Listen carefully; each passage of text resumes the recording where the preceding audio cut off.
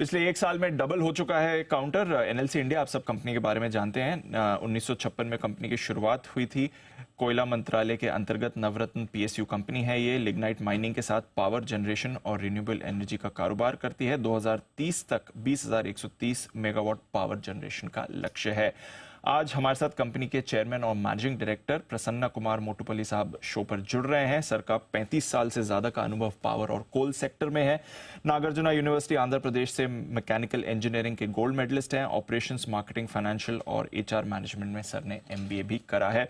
Sir, बहुत बहुत शुक्रिया आज जी बिजनेस को अपना समय देने के लिए और हमारे साथ बात करने के लिए भी। बहुत सारे डेवलपमेंट हो रहे हैं आपकी कंपनी के लिए, आपके स्पेस में सर, तो हमने सोचा आपसे इसी के बारे में बात करें। सबसे पहले तो मच्चाकाटा कोल ब्लॉक, यहां पर कंपनी ने रिसेंटली इसे सिक्योर करा है। जरा बताइए कितनी कैपेसिटी आती है, क्या कुछ एडवांटेजेस होते हैं ये कोल ब्लॉक सिक्योर करने के बाद कंपनी के लिए? हाँ जी, नमस्कार। जैसे कि आप सही बताया कि हमारा जो मच्छकाटा कोल ब्लॉक हम लोगों को कमर्शियल ऑक्शन में मिला है, एक मेजर अचीवमेंट मैं बोल सकता हूँ, क्योंकि हमारा जो अभी का जो 50 मिलियन मेट्रिक टन कैपेसिटी का हमारा लिग्नाइट प्लस कोल प्रोडक्शन का कैपेसिटी है, जिसको हम लोग ले जाना चाह रहे हैं 100 मिलियन मेट्रिक टन 2030 तक। इस टारगेट अचीव करने के लिए ये एक इम्पोर्टेंट स्टेप है। मच्छकाटा कोल माइन है, इसका कैपेसिटी है 10 टन पर एनम है और इसका रिजर्व्स भी बहुत ज्यादा है, 1.4 बिलियन मेट्रिक टन है। स्टिपिंग रेशियो भी बहुत कम है और क्वालिटी भी अच्छा है। तो मुझे लगता है कि ये एक सबसे बड़ा माइन एनएलसी इंडिया लिमिटेड का होगा। एनएलसी इंडिया लिमिटेड का ही नहीं है, पूरा देश में ये सबसे सबसे बड़ा जो माइंस हैं, जिसमें टॉप 5-6 माइंस में ये माइन भी रहेगा और एनएलसी के लिए तो बहुत अच्छा तरह कोल प्रोड्यूसिंग माइन रहेगा। सर, जरा जो आपका घाटमपुर पावर प्लांट है, इसकी कमिश्निंग के बारे में कुछ अपडेट है तो पहले ये भी बताएं सर, क्या प्रोग्रेस हो रही है यहाँ पर? घाटमपुर प्लांट जैसे कि मैं पिछली बार भी बताया था कि साल में हम लोग तीनों यूनिट का सीओडी का टारगेट रख रहा है। फर्स्ट यूनिट का जो टारगेट है, अभी अक्टूबर एंड तक हम लोग फर्स्ट यूनिट का सीओडी करने जा रहे हैं और सब्सिक्वेंटली बाकी 2 यूनिट भी करने का टारगेट है। तो अभी फर्स्ट यूनिट को सीओडी करने के लिए पूरा अंतिम कगार पर है और हमें उम्मीद है कि अक्टूबर 31 के पहले ये कमर्शियल ऑपरेशन उसका डिक्लेयर होगा। और बाकी यूनिट्स के लिए सर? बाकी यूनिट भी हम लोग इसी साल में बाकी दोनों यूनिट को भी इसी साल में सीओडी डिक्लेयर करने का पूरी कोशिश कर रहे हैं। यानी कि एंड ऑफ ईयर से पहले पूरा कमीशनिंग हो जाएगी सर? कमीशन करने का। ओके, बढ़िया सर। अब एक बात बताइए, अगर मार्केट में एक्सेस कोल अवेलेबिलिटी है इस समय, तो फिर आप किस तरह से इसे मैनेज कर रहे हैं? क्या ट्रेंड निकल कर आ रहे हैं और किस तरह से सेल्स और प्रॉफिटेबिलिटी को मैनेज करेंगे ताकि एक्सेस कोल अवेलेबिलिटी भी ठीक हो जाए और आपकी परफॉर्मेंस पर भी इसका इम्पैक्ट नहीं आए? देखिए, आप सही बता रहे हैं कि अभी कोल स्टॉक माइन एंड पे भी और पावर प्लांट एंड पे भी सफिशिएंट क्वांटिटीज हैं। लेकिन फोरकास्ट के हिसाब से क्या है कि अभी अक्टूबर महीना में, नवंबर महीना में डिमांड और पीक पहुंचने वाला है, तो कोयला का रिक्वायरमेंट रहेगा। तो इसीलिए हम लोग जो है इस साल हम लोगों का टारगेट 30% पिछले साल से ज्यादा रखा हुआ है। पिछले साल हमारा coal producing production target around 12.64 million metric ton था।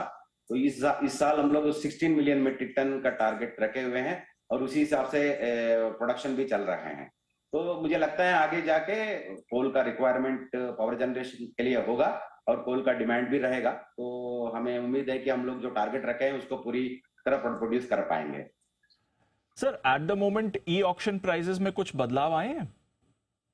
हाँ, ई ऑक्शन प्राइसेस में अभी बहुत ज्यादा इम्प्रूवमेंट नहीं हुआ है। जैसे कि आप जानते हैं कि 2 साल पहले तो काफी ज्यादा प्रीमियम के साथ खरीदा जाता था। अभी पूरे ऑप्शंस पूरा क्वांटिटी बुक हो रहा है, लेकिन प्रीमियम उतना ज्यादा नहीं हो रही है। प्रीमियम जो है मार्जिनल प्रीमियम मिल रहा है। मार्जिनल प्रीमियम भी वहां पर मिल रहा है सर। अब एक कंसर्न है, क्योंकि बात चल रही है कि 2030 के बाद नए थर्मल पावर प्लांट्स नहीं आएंगे, तो आपकी क्या स्ट्रैटेजी रहेगी मैनेज करने के लिए? क्योंकि आप भी नई कैपेसिटी ऐड कर रहे हैं, फिलहाल तो अच्छी ग्रोथ भी आ रही है, बट अगर पिछले 5-6 साल के बाद नए थर्मल पावर प्लांट्स नहीं आने वाले, तो फिर वहां पर आपकी ये मैनेज करने की स्ट्रैटेजी क्या रहेगी? जैसे कि मैं पहले भी बताया था कि थर्मल पावर जनरेशन और रिन्यूएबल पावर जनरेशन दोनों साथ साथ चलेंगे, तभी हम लोग अपना पूरी रिक्वायरमेंट मीट कर पाएंगे। तो हमें शुरू से भी हम लोग इस बैलेंस रिव्यू में चल रहे थे कि थर्मल कैपेसिटी भी ऐड कर रहे थे और रिन्यूएबल कैपेसिटी भी ऐड कर रहे हैं। जैसे कि आज का हमारा 6 गीगावाट कैपेसिटी है, इसको हम लोग 20 गीगावाट कैपेसिटी ले जाना चाह रहे हैं 2030 तक, और जिसमें 10 गीगावाट रिन्यूएबल होगा और 10 gigawatt conventional coal based lignite based power होगा। सो 50-50 प्रोपोर्शन के साथ हम 2030 तक पावर प्लांट इंस्टॉल करना चाह रहे हैं और उसी डायरेक्शन में सभी काम चल रहा है। हमारा तालाबेरा थर्मल पावर स्टेशन है जो 3 इंटू 800 मेगावाट है, उसका हम लोग ऑलरेडी अवार्ड कर चुके हैं बीएचईएल को और उसका जो है काम चल रही है। और उसी तरह हम लोग 2 इंटू 500 मेगावाट नई वैली में जो टीपीएस 2 का सेकंड एक्सपेंशन है, उसका भी हम लोग टेंडराइज करने जा रहे हैं। तो ये सबके साथ हम लोग 2030 तक पहले हमारा 10 गीगावाट थर्मल और 10 गीगावाट रिन्यूएबल कैपेसिटी ऐड करेंगे और उस समय के सिचुएशन के हिसाब से सब्सिक्वेंटली हम लोग स्ट्रेटेजी डिसाइड करेंगे। अभी क्या मिक्स है बिटवीन थर्मल और रिन्यूएबल? आज हमारा 6 गीगावाट का टोटल कैपेसिटी है, जिसमें 1.4 गीगावाट रिन्यूएबल्स है। That means 24% of our capacity is renewable capacity.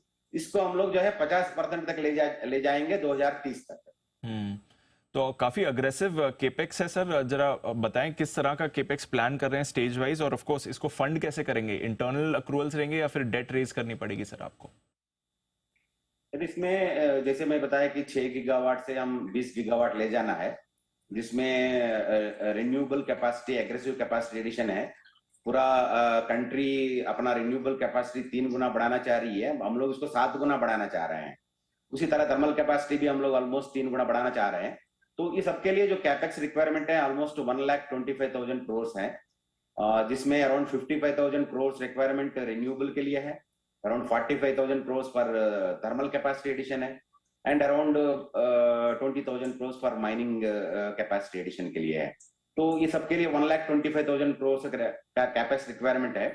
और थर्मल कैपेसिटी के लिए 70-30 डेब्ट इक्विटी रेशियो और रिन्यूएबल कैपेसिटी के लिए 80-20 के साथ हमें अराउंड 25,000 crores का हमें इक्विटी चाहिए। तो इस इक्विटी को हम लोग अरेंज करेंगे हमारा जो इंटरनल रिसोर्सेस है, और जो हम एसेट मोनेटाइजेशन जो एग्जिस्टिंग रिन्यूएबल का करने जा रहे हैं, वो इन दोनों से हम लोग जो कैपेक्स रिक्वायरमेंट है उसको मीट आउट करेंगे। और जो डेप्ट our company AAA star rating का है, तो डेप्ट को कोई प्रॉब्लम नहीं है। और फंडिंग भी कर पाएंगे, कोई वहां से इशू नहीं आने वाला है सर? कोई इशू नहीं आने वाला। ओके। अब एफजीडी इंस्टॉलेशंस भी कर रहे थे आप across plant sir, flow gas desulphurisation, जरा इसके बारे में भी अपडेट दें, क्या प्रोग्रेस हुई है अब तक? सर सभी हमारा प्लांट में जो है एफजीडी जहां रिक्वायर्ड है सब जगह कॉन्ट्रैक्ट अवार्ड हो चुके हैं और कार्य प्रगति पर है। और जो डेडलाइन सेट किया हुआ है ministry of environment and forest का, उसके पहले हम लोगों का ये सभी एफजीडी ऑपरेशनल होंगे और डेडलाइन के पहले ही एफजीडी ऑपरेशन होके इस हिसाब से स्टॉक्स लेवल्स मेंटेन करेंगे। सर रीसेंट क्वार्टर के अर्निंग्स में हमने देखा था थोड़ा ऑपरेशनल प्रेशर आया था, स्पेशली एबिटा और मार्जिन फ्रंट पर, बट आगे जाकर क्या आउटलुक बन रहा है, जरा इसके बारे में थोड़ा आइडिया दें सर। सर अभी हमारा तीनों एरिया में lignite production, coal production, power generation सभी में काफी वृद्धि हुई है। पिछले साल का कंपैरिजन में आप देखेंगे कोल प्रोडक्शन 30% का वृद्धि हुई है, लिग्नाइट प्रोडक्शन अराउंड 18% का वृद्धि हुई है, और पावर जनरेशन भी 10% का वृद्धि हुई है। लास्ट फाइनेंशियल ईयर का कंपैरिजन में हमारा जो प्लांट अवेलेबिलिटी फैक्टर अभी 72% है, लास्ट ईयर 62% था।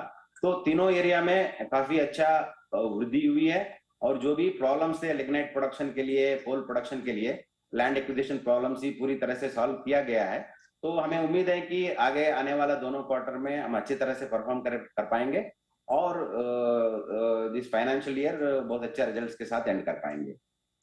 चलिए बढ़िया सर, आशा करते हैं कि आपकी परफॉर्मेंस अच्छी रहे, नई कैपेसिटी भी आप ऑन स्ट्रीम लेकर आ रहे हैं और एम्बिशियस केपेक्स प्लान भी है। फिलहाल 6 गीगावाट कैपेसिटी को अगले 6 साल में 20 गीगावाट करने का प्लान है। बहुत बहुत शुक्रिया